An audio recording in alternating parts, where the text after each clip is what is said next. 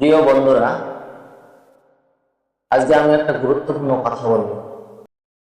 আমাদের সমাজে অনেক সময় দেখা যায় কিছু মানুষ মেয়েদের সাথে খেল খেলে, তাদের সতীত্ব নষ্ট করে। এটা শুধু অন্যায় নয়, বরং আল্লাহর দৃষ্টিতে বড় গুনাহ। প্রিয় ভাইয়েরা, মনে রাখুন, মেয়েদের সম্মান রক্ষা করা, তাদের সতীত্ব রক্ষা করা আমাদের ইসলামের দায়িত্ব।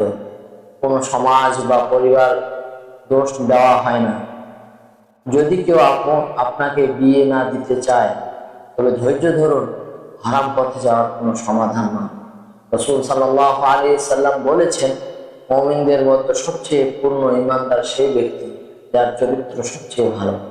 আর আমাদের মধ্যে উত্তম সেই ব্যক্তি যে তার স্ত্রীর সাথে উত্তম আচরণ করে। তিরমিজি শরীফ। প্রিয় ভাই ও বন্ধু, প্রিয় ভাই ও বন্ধুদের কাছে আমার বার্তা হলো, মেয়েদের সাথে প্রতারণা, খেল বা মানহানি করা বন্ধ করো। তাদের ইজ্জত রক্ষা করো, ধৈর্য ধরো, সঠিক পথে থেকো। আল্লাহ তাআলা ধৈর্যশীলদের সর্বদা সম্মান ও শান্তি দান করবেন ইনশাআল্লাহ।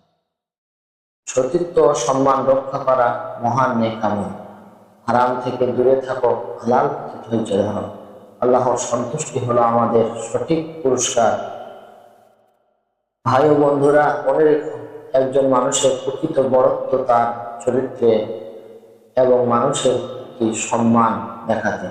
তাই আজ থেকে প্রতিজ্ঞা করি, আমরা কখনো কারো সতীত্ব নষ্ট করব না, বরং রক্ষা করব, সম্মান করব এবং সত্য পথে চলব ইনশাআল্লাহ।